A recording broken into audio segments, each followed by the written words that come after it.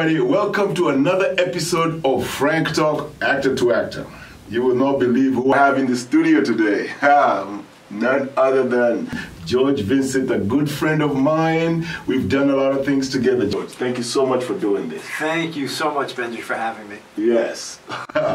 I'm glad we've reconnected again to do some stuff. It sure feels good. Yes. So I got some questions that I ask everybody who comes in here.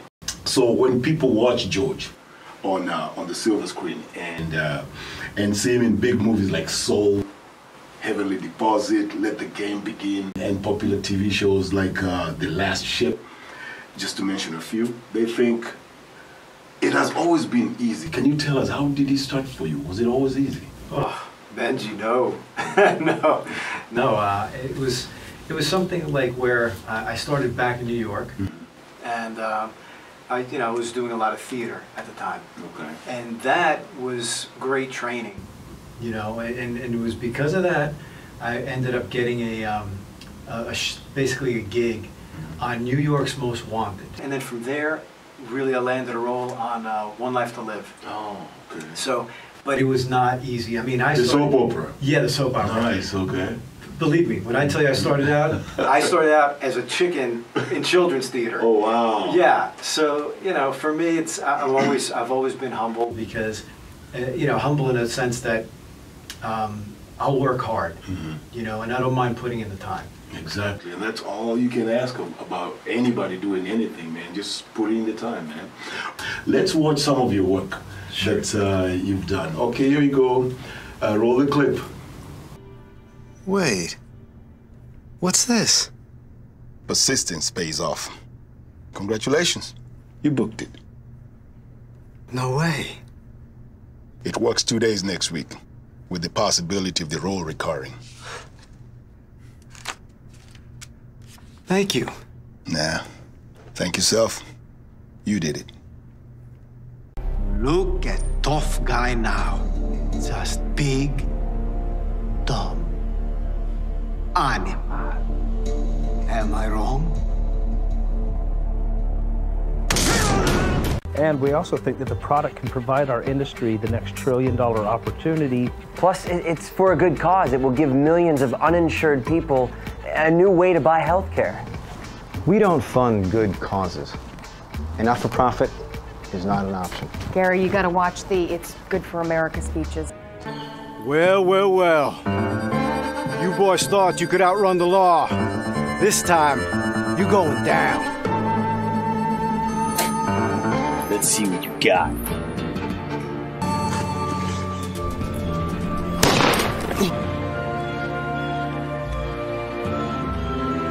One scum down, one to go. Nice. Very nice. So how did you get into acting? Was it by accident, or was it something you've always known as a gift inside of you, just waiting to be discovered? That's funny. As a kid, there was an uncle of mine who always kept saying, "You're my little actor. You're my little actor."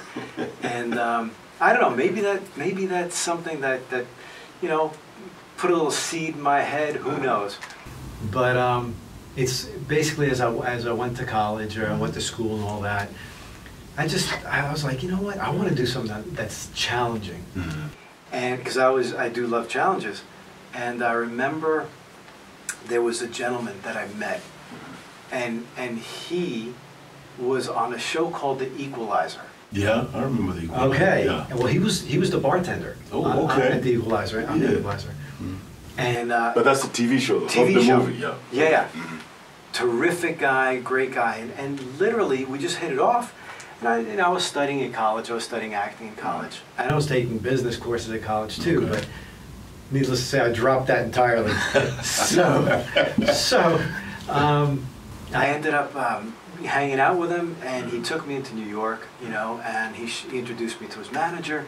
He introduced me kind of towards the business side of acting. And I was very much intrigued. And I said, I want to do this. And that's what really got me going. And he introduced me to a wonderful lady who was an acting coach named Flo Greenberg at the time. And that was in Nyack, New York. So I started taking classes there, and then from there that led to taking classes with, William Esper Studios, this one gentleman by the name of Larry Ellis. So many years of training. Wow, that was great, man. That's the one thing that I've never really done, I never went to school for acting. What? Because in Africa, man, these things just, they just don't exist. I grew up in the ghetto. No, we didn't have anything. We ate the same food every day. I mean, breakfast, lunch, and supper. The same thing every day except Saturday. That's when my mom, changed it up to give us chapatis, like a tortilla, and that really just has become my best food ever. So things like going to acting school, those are just dreams, you know. But you guys, grew up in America. All these schools are so many. They're all over the place. They are. So you guys had like a good start. Me and my brother, we used to write stories, and then, believe it or not, kids of the neighborhood would come and line up for our books. They would borrow them, go read them, and come back the next day. That was the beginning for me, I think. But I wish I went to school. Like my daughter. My daughter went to school. She just finished. She just graduated with a television. I'm so proud. I'm so proud of her. That's awesome. Yeah. That's great, Benji. And she's the one on the camera, by the way. Just let people know. You started well. You had the background, the book knowledge, and all these great guys in acting that you mentioned who just channeled your way into the thing. Me, I didn't have that, and it's even it's a miracle that I'm even in this field doing this. No, I think if it's a burning desire, if it's a passion, you'll make it happen. No, okay. And you did. Thank you. By the way, great clips, man. Oh, talking about the clips, that Heavenly Deposit, that was your own movie. Right here. There you are. How is that going? Heavenly Deposit is a dream come true. Yes. Benji, was one of those things where, I had this burning desire to make this film, and to make it so I can get it out to the world, so I can just give them hope, And it was so intense that I didn't know how I was going to do it, Benji, but I knew that I needed to do it. Yes. So the how is not known, but the why was very strong. Okay. And because of that, everything just started coming together. Whether it was, writing the script. I never wrote before. Wow. So it was a great script, man. I remember when you brought it to me, I'm like, dang, man, I wish you could ask me to be in it, and then you did. And I was like, whoa, okay. Of course I wanted you in it. It was great. It was a great experience. I recommend it for anyone out there who has a vision. Yes. Make a film. Get it out. If you're in the industry, I'm saying. If you're in the industry, and now you hear this so many times. You hear this left and right. There's no excuse. Anyone can pretty much pick up a camera, and start doing something. Wow. So, but that's what it was with Heavenly Deposit. I had to get that message out. And it was an incredible journey, Benji. Incredible journey. I'm glad I shared that journey with you. Thank you. All right. So this next question affects a lot of us actors. All the people in the industry really get hit by this next question. We're saying acting is not an easy field, and not many survive and have long careers in it. We know that. Right? Yeah. And what was your motivation to keep pushing, even when there were times when you were discouraged and you thought, man, I'm just going to throw in the towel? Ooh, I can look at that from two different angles. One angle is that I had great support from my family. Okay. They were terrific, always. Whether it was my brother, whether it was my mom or dad, they wanted me to just keep going. Yes. The other side of that coin is that I always, whatever I put my mind to, I would go after until I did it well. Okay. So it was a challenge for me, and I wasn't about to give up. And that's the thing. I mean, I don't want to stop this industry, this business. I enjoy it. I hope there's more for me in it. Doing other things besides acting as well too in the industry. So it's something that I don't want to give up. Nice. And I think the other key is what you just said, I enjoy it.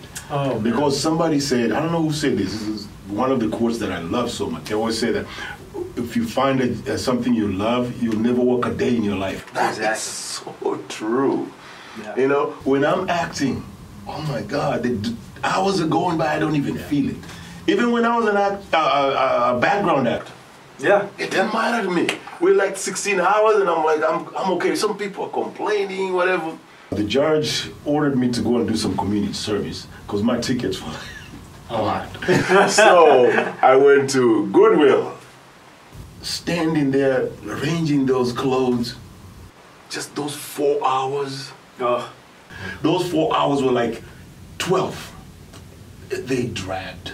Of course. Because I just didn't want to be there. But acting, because I love it. Yeah. Time just goes and now you don't even feel it. No, if it's a part of you, it's ingrained in you. Yes. Yeah. Wow. You're a family man. You're married. I know your wife. Very sweet woman. Very funny too. Hollywood has unfortunately broken many families. Yeah. And how do you balance your work with family to ensure that stability remains, even no matter how successful you become? How do you do that? Ooh, well, everything's such a give and take, Benji. I've got a great girl who knows what I do. And to that point, you know, in scenes where I've had to kiss another woman or something like that, Yeah. and, you know, she understands. Obviously, it's not none of those skin flicks. Yeah, but, of course, yeah. Yeah, but you know, it's like quality shows where, or plays. I mean, even in Heavenly Deposit, I ended up kissing the girl. Yes, it was a gentle kiss. Yes. It was nothing crazy. Again, it has to do with the fact that my wife's very understanding. We have an understanding that we're in it forever. She's got plenty of great qualities. Really, plenty of great ones. but the point is that she's watching. Exactly. The great thing is our communication. That's what I think really makes or breaks. And we also live by this one thing. I told her, I said, listen, if you're ever upset with me, ever, I said, you tell me. We never go to bed upset. I had to really pay attention to myself too. I'm like, you know, if something happens, I'm like, then I'll be like, it's like, George, drop it. Drop it. Yeah, my wife Liz is like that too. Yeah. She's like, you quarrel, she's not gonna sleep until you talk about it. That's just how she's wired. Yeah. So I guess that works for you too. Well, yeah, because my wife's more of the easygoing, kind of quiet, you know. But at the end of the night, like if she's upset with me for whatever reason, let's get it over with. So that's how some Hollywood guys survive in Hollywood. it's worked so far, Benji. Okay. And oh, another good thing. I fully believe that if something happens, you know, like, you know, that somebody comes up to you, makes an offer, whatever it is, or whatever. I'm just saying, for me, it's never been about talking about it. If nothing happens, why even bring it up? Yeah, exactly. Okay. Right? And so I think that's something that, you know, I've gotten in trouble on the other side of that. Yeah. When they found out, you know, when she found out, she's like, why didn't you tell me? I'm like, why bring it up? Nothing happened. Nothing happened. I didn't see the need to. Exactly. Oh, wow, that's amazing, man. We're going towards the end of this amazing session with you, George. I am so happy that you're here. Thank you, Ben. I'm telling you the truth. So besides being an actor, yes, you also have delved into directing and producing. How is that going for you, and can you share with the audience some of the work that you have directed and produced? As far as directing goes, it's Heavenly Deposit. Okay. You know, but that was a very challenging task. It was my first experience. Thank God I co-directed with my producing partner, Rick Irvin. Boy, we wore a lot of hats, you know? So directing for that was great. Rick took care of, like, say, the camera shots and stuff. He knew that. That was his great forte. And then I literally rehearsed with the actors, you know, to kind of get what I was looking for. Yeah. John Savage I didn't meet up with. Okay. You know? Yeah. But like everybody else, like even... I remember we did. Yeah. So because I wanted to just kind of be right in the ballpark of where I wanted it. Exactly. Producing. I got to tell you, I do have a very a strong affinity for that too. Okay. You know, I do like seeing something come together. I have no problem getting on the phone, calling people, you know, to basically either get whatever. Say if it's, you know, space or just oversee the project, I have no problem with it. But right now I've done a couple of shorts as far as producing goes. And of course I did produce Heavenly Deposit. That was a beast. Oh, no. That was a big one yeah, for you. so we won't go that anymore. But here we did a short called Resurrection, which I'm working on now. Okay. And then, of course, Enter the Diamond. I helped produce on that. Okay. And then we had a what is it called? A animated short. Oh, nice. That we did too. So, yeah, I mean, producing for me is a lot of fun. I do enjoy it. How does animation work? That's kind of out of my forte. I'm like, I have stuff. Yeah. I have some children's stories that I've always wanted to, you know, just put them out. But it's like animation, man. It's like I don't have the singlest clue even what to do with that. How do you guys do that? Well, it's always about finding the right person, right? So as long as you've got the storyboard, and that's a gentleman by the name of Bob Barrowall, who's you know the one that I'm working with right now. Great guy, filmmaker, and he's got these great ideas, whether it's for features and shorts. But we've come together and you know, so he writes out the storyline, you know. We find the you know 3D specialist or you know the illustrator or whatnot. That's how it's done. Okay. Yeah, and so you know they will then match to what the dialogue is and stuff.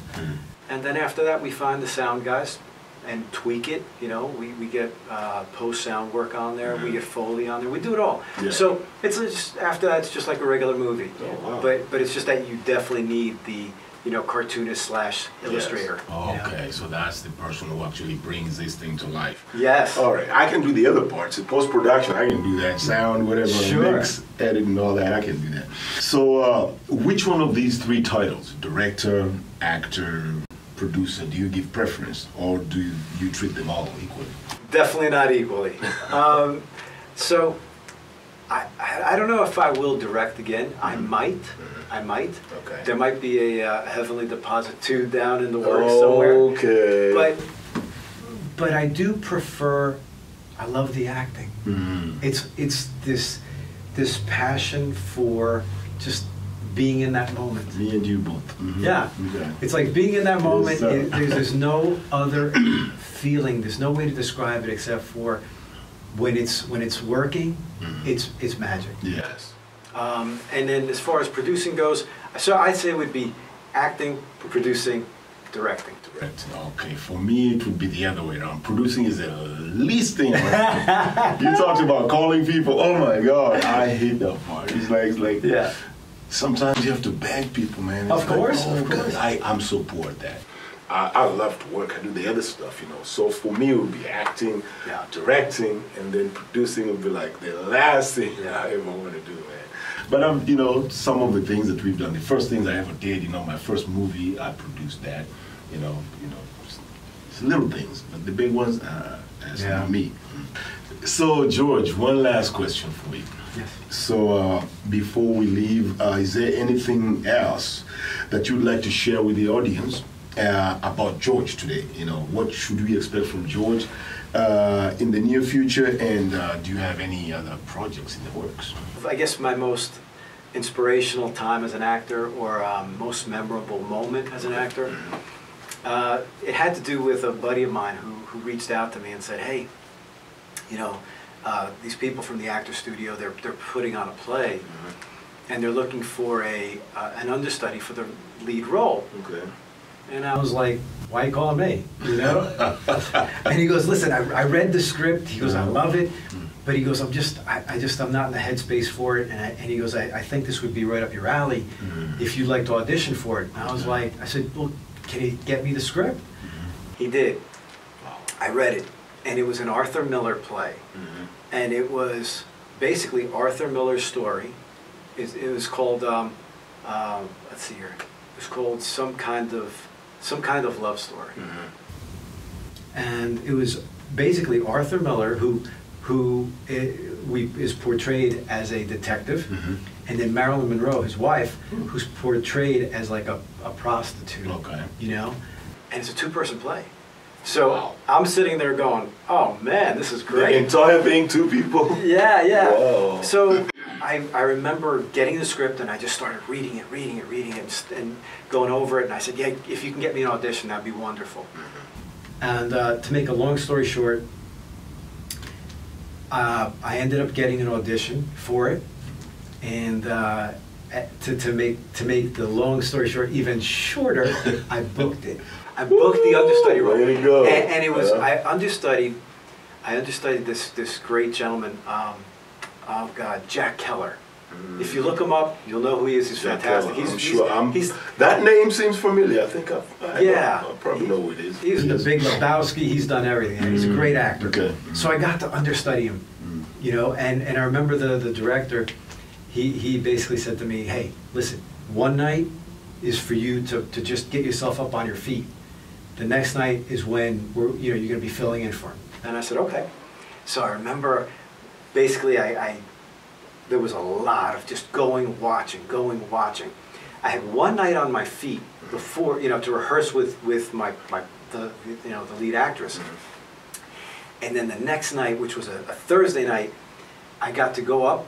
It was, I brought friends in the house, and we did it. Next thing you know, he tells me, "Hey, work on this, work on this, work on this." I said, "Okay." Friday night comes along, and who's there but Mark Rydell, the head of the Actors Studio, right? Okay. And so I remember we did the play, and then after it was all over, Beej, who's a terrific actor, she was, "Let me introduce you to Mark Rydell." He comes over, and he says to me, he goes, "You got some balls, kid." And I said to him, I go, "Thank you." I said, you should talk to that with my wife over there." And he just started laughing, right? And the point of this, it taught me something. I had one real, maybe two nights to rehearse this. That's all it was, only 2 rehearsals. And it was a two-person play up there. It taught me that I can do anything I put my mind to. Yes. Wow. The stress was incredible, but I loved it. And not only that, but that night, I was able to get a reference letter from Mark Rydell as an actor, as a professional actor. Wow. So that was something that I'll never forget. As far as other things in the works, let's see. Well, again, we've got the projects that are coming up that I'm producing. As far as the shorts go, and there's another project that I'm going to be producing as well. Okay. But I'm getting the angst to get back and write. Oh, okay. So I don't know what the story is going to be, but I do have something in me. The other one was a little easier because it was your story. Yes, yeah, exactly. Okay. Exactly. Heavenly Deposit was your story. Yeah. Wow. So, man, George, thank you so much for coming, man. This is amazing. I'm sure the audience is like, wow, who is this guy, Well, that's George Vincent, a great actor and a good friend, and I hope we'll be able to do some more things together. Thanks so much for coming. Thank you so much, Benji. Appreciate it. Yeah, so that was our show, Frank Talk, actor to actor. Tune in on the next one, and I promise you I'll give you another surprise. Here you go.